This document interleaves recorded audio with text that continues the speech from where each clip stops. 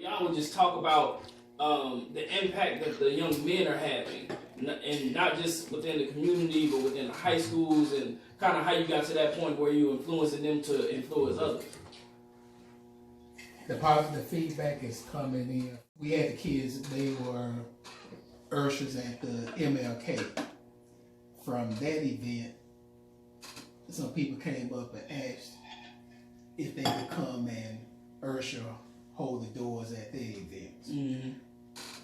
The feedback that we're getting from just random people on the street whenever they see us in our frat shirts, that youth group that y'all have, yeah, those kids are really, so what we have poured into the kids, we're seeing it.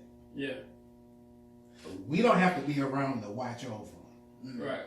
People in the community are coming back telling us how the kids are. And I think what's impactful about that is when you think about ushering just at a program, that's something that most people will view as small. Exactly. Right, but still yet impactful. Very impactful. You know, so for you to get feedback just off of something so small, I think that just speaks volumes of what y'all are doing. And especially the first year program. Yeah. Right. We came out the gate running. We haven't slowed down yet. Mm-hmm.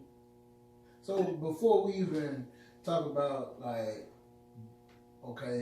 that impact on that magnitude, how sitting back as a mentor, and it's like I see this program has some of the same, like these young men together, like they seem like little young brothers, right. You know, and not on the sense of wanting to be out per se, but that bond, that unity.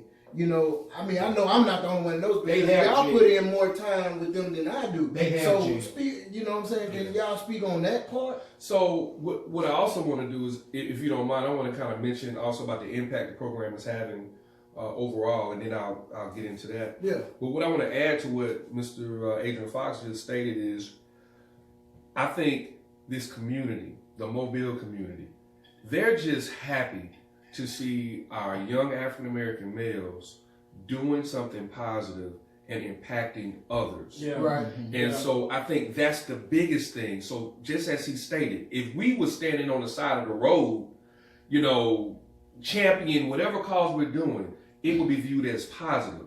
The difference in this program, and like what other programs are doing, is the fact that we have added substance to the programming that they do over the course of the whole program year.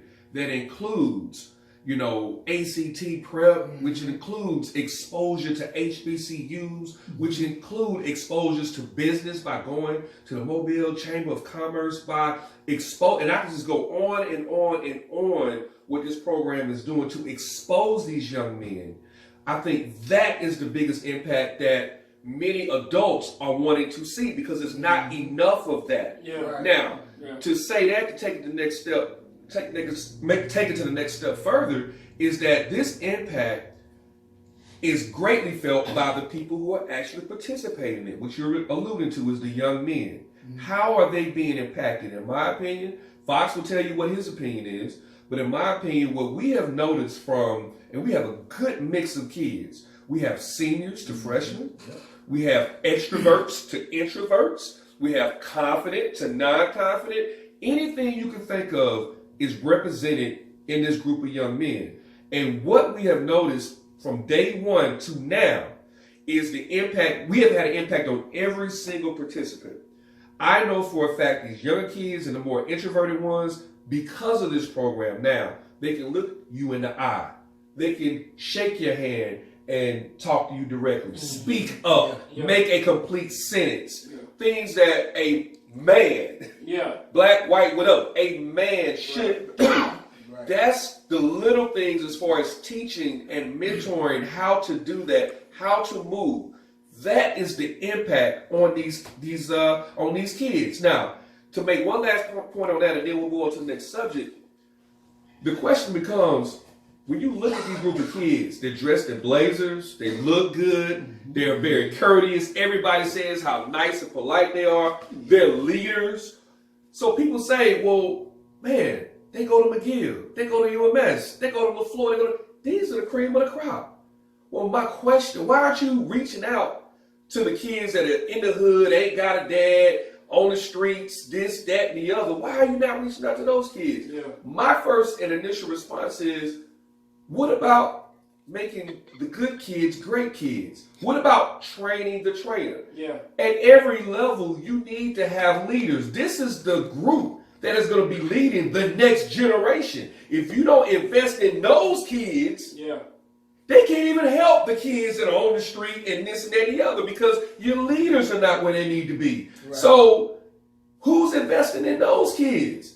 That's what this program partly does as well, because these are the individuals who are going to eventually look back and do exactly what we are doing. Yeah. To go back, reach back. We know how it impacted them. They are most likely are going to come back and help others. That's why we're focusing on these kids, and not to say that every kid in here doesn't fit that criteria, because we do. We have kids that are right there on the fence, knuckleheads, if you want to call that. That peer, exactly. But it's one thing. But some things have to be done in a peer group. You understand what I'm saying? Yeah. They take better from a peer versus a mentor preaching at them. Right. So that's why this organization is so good, and we have a good mix where we have some geniuses, but we got that dude on the block too. Yeah. And it's a good mix, and that's why I'm proud of it. I have no interest in changing how we do it, but that's the greatest impact, in my opinion, of what we're doing with that. I don't know if you want to add anything before we go to the next subject, but When you talk about leadership, we have 28 kids in this group. We have 10 seniors that'll be going out. Sunday we have interest meeting. New kids coming in. Yep. We don't know how many kids we're gonna see come in that door. We know it's a great interest.